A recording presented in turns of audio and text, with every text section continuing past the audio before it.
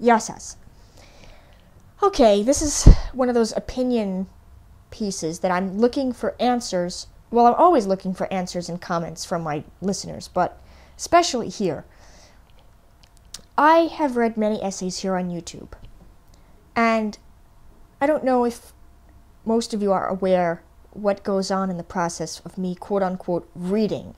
Basically, because I'm totally blind, I use a screen reader, and that screen reader is NVDA, is actually the name of it, non-visual desktop access, and it uses speech.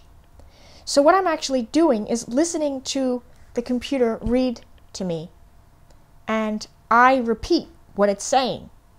So naturally, I don't speak as quickly as I normally would if I were actually reading it in Braille.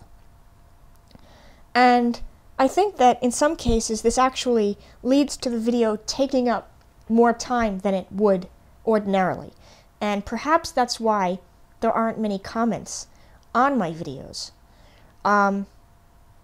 So I'm wondering if you would like me to use the actual synthesizer directly to read my speeches. In other words, you wouldn't be hearing my voice, you would be hearing the synthesizer speak.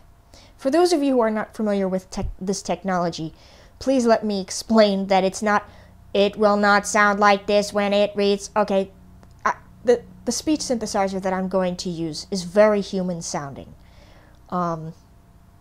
It has a very good quality to it, and it's not as inflective as an actual human being, but it's still decent and you can understand it. I will not, for those of you who are familiar with NVDA, I won't be using eSpeak. I'll be using Microsoft Speech Platform, which is actually a freely available synth.